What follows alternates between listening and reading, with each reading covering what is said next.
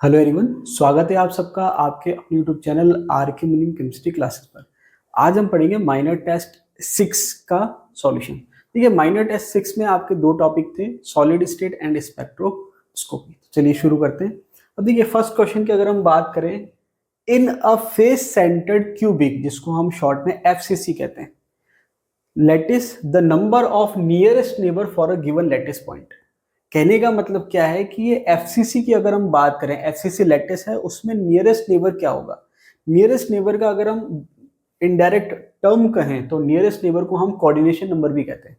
क्या कहते हैं? Coordination number. तो ये कह रहा है कि जो एफसीसी का क्रिस्टल लेटिस है उसमें कोऑर्डिनेशन नंबर कितना होता है या नियरेस्ट नेबर की संख्या कितनी होती है लेटिस पॉइंट के लिए। तो यहाँ पर अगर हम बात करें एफसीसी के स्ट्रक्चर की, तो एफसीसी का स्ट्रक्चर कुछ इस प्रकार से होता है कि अगर मैं क्यूब की बात कर रहा हूं कि भाई ये क्यूब है, तो एफसीसी का जो स्ट्रक्चर है वो ऐसे है कि आपके जो एटम है, जैसे अगर मान लीजिए मैं एटम कहूं या आप आयन कुछ भी कहना चाहो कह सकते हो। तो अगर मैं एटम की बात करूं तो एटम जो है वो आपके क्यूब के कॉर्नर पर प्रेजेंट है। एक तो एक क्यूब बनाया अभी मैंने, एक यूनिट सेल आप इसको कह सकते हो। और उसके अलावा जो क्यूब की जो फेस है, जैसे मान लीजिए ये कमरे की अगर मैं बात करूं, तो इस कमरे में अगर मैं फेस की बात करूं तो एक फेस ऊपर है, एक नीचे है, एक आगे है, एक पीछे है, एक दाएं है और एक बाएं। दाएं का मतलब राइट लेफ्ट है, मतलब एक फ्रंट में है, एक बिहाइंड है, एक अबव, एक बॉटम, एक राइट और एक लेफ्ट। तो 6 फेस है, 6 फेस के सेंटर में। तो ये मैंने कहा कि भाई ऊपर की फेज हो गई एक, ये मैंने कहा नीचे की फेज हो गई, ये फ्रंट की हो गई, ये बैक की हो गई, ये राइट की हो गई और ये लेफ्ट की हो गई। तो टोटल 6 फेज है। अब यहाँ पर अगर मैं केवल एक फेज की स्ट्रक्चर बनाऊं तो स्ट्रक्चर कुछ इस टाइप से है कि एटम इस टाइप से होते हैं। इसका मतलब क्या हुआ कि जो कॉर्नर के एटम हैं वो आपस में कनेक्टेड नहीं है। कनेक्टेड कौन से हैं? फेस का जो एटम है वो चार जो कॉर्नर के जो एटम टच में थे। अगर मैं सिंपल क्यूब की बात करूं तो सिंपल क्यूब में चारों जो एटम होते हैं वो क्या होते हैं? टच में होते हैं, इस टाइप से सिंपल क्यूब में। लेकिन जैसे आप इसके बीच में एक एटम डालते हो तो वो फेस के अंदर आपने एटम डाला तो वो कॉर्नर के जो एटम थे वो क्या हो गए? सारे दूर दूर हो गए, मतलब वो टच में नहीं है। अब यहाँ पर अगर मैं कोऑर्डिनेशन नंबर की बात करूं तो इसका मतलब एक जो एटम है वो उसके आसपास नियरेस्ट एटम कितने हैं, वो उसका क्या होगा? कोऑर्डिनेशन नंबर होगा। अब इसको समझने के लिए देखिए थोड़ा आपको इमेजिन करना पड़ेगा, क्योंकि यहाँ पर भी समझाना इतना आसान नहीं है। अब आप इसको ऐसे समझो कि जो ऊपर की जो छत है, मतलब जो क्यूब है उसकी जो टॉप की जो छत है, वहां पर सेंटर में एक एटम है। तो उसकी जो चारों कॉर्नर है टॉप के, वो क्या हो गया? उसका एक तरह से कोऑर्डिनेशन नंबर कितने? 4 तो टॉप हो ही गए। इसका मतलब क्या हुआ कि ये जो एटम है फेस के सेंटर में, ये 1 2 3 4 4 एटम इससे टच में है या कांटेक्ट में है। तो ये 4 तो इसका एक तरह से कोऑर्डिनेशन नंबर में काउंट हो गए 4। इसका मतलब कि जो छत का जो फेस है उसका जो एटम है वो 4 कॉर्नर से टच में है। तो ये 4 मैंने आपको बता दिए, 4 टच में, 4 तो हो गए। तो 4 तो क्या है? उसकी सेम लेवल में या सेम प्लेन में है। अब 4 कैसे होंगे? नीचे। 4 नीचे कौन से होंगे कि ऊपर की जो छत जो है, सरफेस जो है, उसका सेंटर जो है, बाकी की जो नीचे की जो 4 फेज है। अब देखिए टोटल क्यूब के अंदर 6 फेस होती है, जिसमें अगर मैं एक फेस की बात करूं तो बाकी बची 5 फेस, जिसमें से एक फेस अपोजिट है और बाकी एडजेसेंट फेस है। एडजेसेंट फेस मतलब उससे जुड़ी हुई है। तो टॉप की जो फेज है उसकी अगर हम टोटल बात करें तो नीचे वाली फेस को छोड़ दो, बाकी की जो 4 फेस बची, आगे पीछे राइट और लेफ्ट वाली, वो चारों फेस का जो सेंटर का एटम है वो इसके कांटेक्ट में है। इसका मतलब क्या हुआ कि ये जो चारों एटम है, एक, ये 2, ये 3 और ये 4, ये चारों भी क्या है? इसके कांटेक्ट में है। तो अब हम कोऑर्डिनेशन नंबर ओवरऑल निकालेंगे तो हमने क्या कहा कि 4 तो इस प्लेन में हो गए, 4 इसके नीचे हो गए, और जैसे 4 नीचे है वैसे के वैसे 4 ऊपर भी होंगे। टोटल 12 हो जाएंगे। टोटल कितने हो जाएंगे? 12। तो कहने का मतलब ये है कि अगर हम चाहे तो डायरेक्ट रट भी सकते हैं, लेकिन अगर मैं डायरेक्ट रटना ही होता तो फिर मेरे को बताने की जरूरत क्या होती। तो मैंने आपको इमेजिन करवाया कि अगर फेस सेंटर के एटम की हम बात कर रहे हैं तो आपके नियरेस्ट एटम कितने होंगे? 12। तो कोऑर्डिनेशन नंबर कितना हो जाएगा? 12। ये इमेजिन करने का तरीका है, आप जैसे भी चाहो इमेजिन कर सकते हो, आपकी चॉइस है।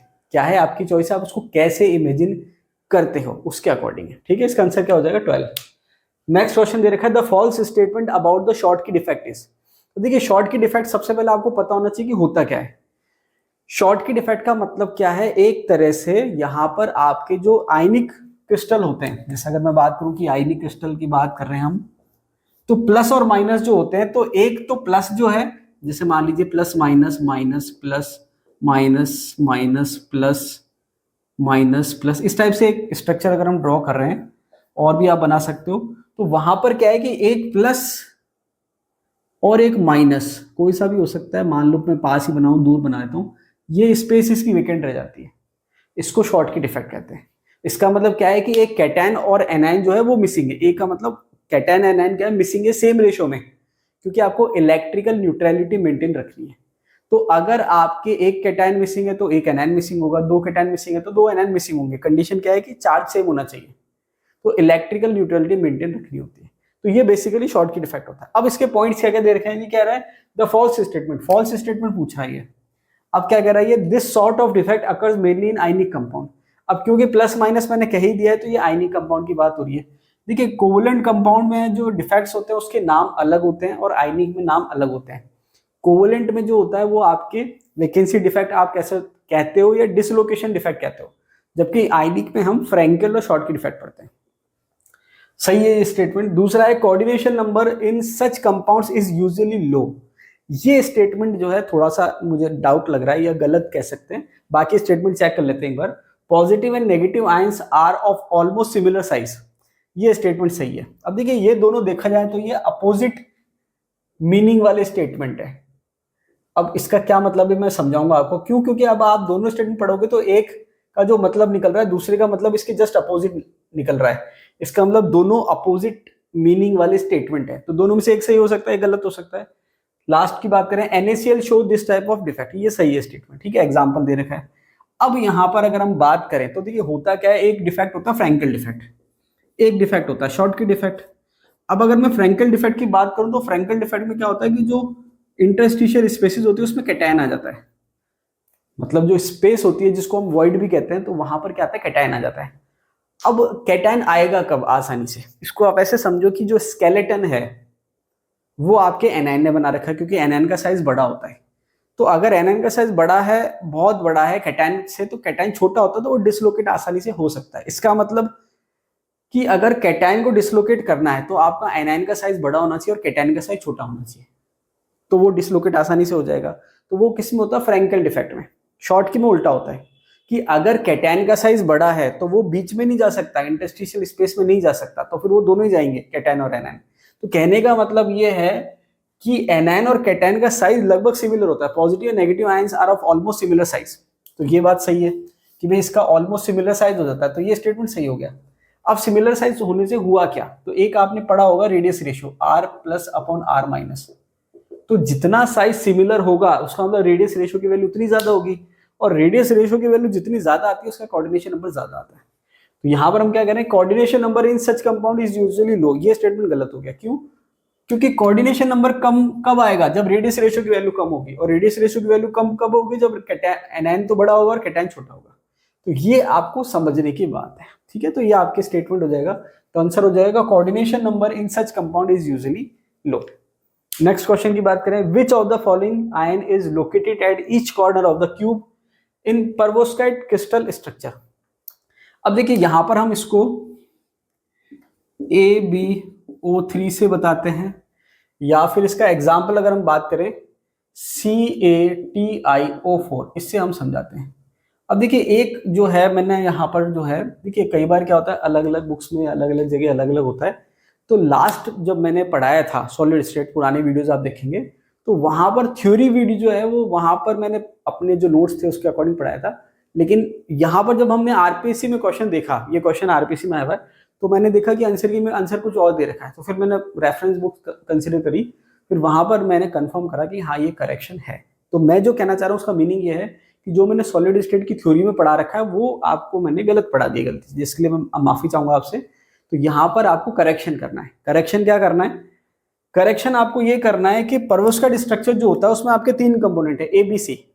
तो A आपके जो है 2+ आप कह सकते हो, B आपके जो है 4+ कह सकते हो, और O जो है वो 2- है। अब कैल्शियम CaTiO4 की बात करें तो ये हो गया Ca2+, Ti जो है वो हो जाएगा आपके 4+, और O जो हो जाएगा वो हो जाएगा 2-। अब ये कह रहा है विच of the following ion is located at each corner of the cube.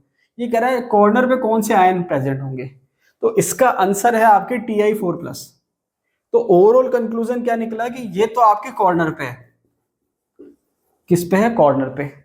ये आपके हैं बॉडी सेंटर, बॉडी के सेंटर पे, बॉडी सेंटर। और ऑक्सीजन जो है ये आपके हैं फेस सेंटर पे। किस पे हैं? Face centre. तो ओवरऑल अगर आप बात करें, बॉडी सेंटर आपके एक ही होता है और कंट्रीब्यूशन भी एक ही होता है, तो इसकी संख्या ओवरऑल एक आ गई। कॉर्नर की बात करें, कॉर्नर 8 होते हैं लेकिन कंट्रीब्यूशन 1/8 होता है, तो 8 इंटू 1/8 1 हो जाएगा। फेस सेंटर, फेस सेंटर 6 होते हैं, कंट्रीब्यूशन 1/2 होता है, तो ये हो जाएगा आपके 3। तो ये आपके फॉर्मूला हो जाएगा CaTiO3, 4 नहीं होगा, CaTiO3। ठीक है, तो AbO3 या CaTiO3 की बात करें तो एक आपके जो ऑक्सीजन है वो फेस सेंटर पे हो गया, Ti4+ जो है वो कॉर्नर पे हो गया, और Ca2+ जो है बॉडी सेंटर पे हो गया। पहले मैंने थ्योरी में जो है इसको आपको ये जो दोनों हैं इसको रिवर्स बता दिया था, तो इसको आप करेक्शन कर लेना। तो आंसर क्या हो जाएगा? टाइटेनियम जो है 4+ वो आपके कहां पर प्रेजेंट है? कॉर्नर पे। कहां पर प्रेजेंट है? कॉर्नर पे। और कैल्शियम जो है वो बॉडी सेंटर पे प्रेजेंट है। ये आप करेक्शन कर लेना। नेक्स्ट क्वेश्चन की बात करें, नेक्स्ट क्वेश्चन NMR का है, स्पेक्ट्रोस्कोपी का। The signal for CH3O protons, मतलब ये आपके मिथॉक्सी ग्रुप कहलाता है। तो मिथॉक्सी ग्रुप में कार्बन के साथ जो हाइड्रोजन है, मतलब जिसको हम प्रोटॉन्स कहते हैं, इन CH3O CH2 CH3, ये ईथर का फॉर्मूला है जिसको आप मिथॉक्सी इथेन कह सकते हो, विल अपीयर एट। अब ये कह रहा है कि ये ईथर है और ईथर में जो CH3 है ये वाला, इसके जो हाइड्रोजन है उसके डेल वैल्यू की पीक क्या आएगी, मतलब जो प्रोटॉन है उसकी पीक क्या आएगी। तो देखिए थ्योरी अगर आपने मेरी पढ़ी हो तो वहां पर मैंने आपको जो नॉर्मल रेंज लिखवा रखी है वो लिखवा रखी है 3.3 से 4.0 तक। अब यहाँ पर प्रॉब्लम क्या आती है, जैसे मैंने आपको एक चीज समझाई थी थ्योरी के टाइम पे, कि जब हम रेंज की बात करते हैं तो हम ये देखते हैं कि भाई हमने जो एग्जाम्पल लिए वो कितने लिए। अगर एग्जाम्पल की आप वैरायटी बढ़ाओगे तो वो रेंज थोड़ी सी बड़ी हो सकती है। बड़ी हो सकती है का मतलब क्या हुआ कि ये 3.3 से 4 तक जो है इसको मैं 3.2 से लेके 4.1 भी लिख सकता हूँ। आप देखोगे कि बुक्स में जब रेंज दे रखी होती है तो बिल्कुल एक्यूरेट नहीं होती, हर बुक में थोड़ा बहुत वेरिएशन मिल जाता है। अब यहाँ पर इसने क्या कर रखा है, पर्टिकुलर कंपाउंड दे रखा है। तो अब इसके जो ऑप्शन देखेंगे तो ये तो बिल्कुल नहीं होगा, ये बिल्कुल नहीं होगा। अब यहां पर इसने क्या कर दिया, 3 से 3.3 और 4.0।